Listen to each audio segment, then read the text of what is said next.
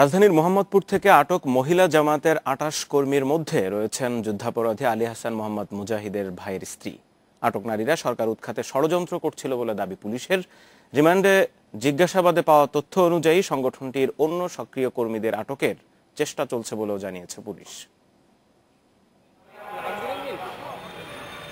বৃহস্পতিবার তাজমহল রোডের একটি সরকারি কোয়ার্টারে দোতলায় চলছিল গোপন বৈঠক। সেখান থেকেই আটক করা হয় মহিলা জামায়াতের ২৮ কর্মীকে। গত কয়েক বছর ধরেই বাড়িটি জামায়াতের আস্তানা ছিল বলে স্বীকার করেছেন আটক এক নারীর ছেলে। তারা আসতো আর কি, ধরেন আপনার বিভিন্ন রকম ইসলামিক আলোচনা করতে। প্রথমে ২-৩ জন ছিল, তো আপনার সাথে আমি আসলাম, আপনার সাথে এইভাবে আসছে আর কি। তাদের কিছুদেরকে আমরা চিনতাম, কিছুদেরকে আমরা চিনতাম না। এলাকাবাসী বলছেন, দীর্ঘদিন ধরে মোহাম্মদপুর সহ অন্য অনেক এলাকার নারীদের দলে বেঁধানোর চেষ্টা করে আসছিল তারা।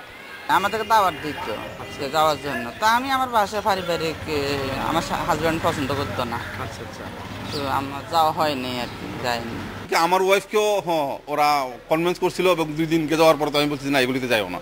রিমান্ডে জিজ্ঞাসাবাদে গুরুত্বপূর্ণ তথ্য পাওয়ার কথা জানিয়েছে পুলিশ।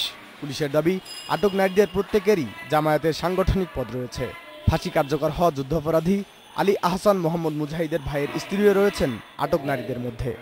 এর মধ্যে একজনকে আমরা পেয়েছি, যিনি যুদ্ধাপরাধী আলী আহসান মোহাম্মদ মুজাহিদ, ওনার ভাই আলী আকরাম, তার ওয়াইফ, এবং তাদের সাংগঠনিক কর্মকাণ্ড পরিচালনা করার সুবিধার্থে যখন যেই ধরনের পরিচয় দেওয়া প্রয়োজন বা ছদ্মবেশ ধারণ করা প্রয়োজন, সেগুলি তারা করত। সংগঠনটির অন্যান্য সক্রিয় কর্মীদের তথ্য সংগ্রহের চেষ্টা চলছে বলে জানিয়েছে পুলিশ।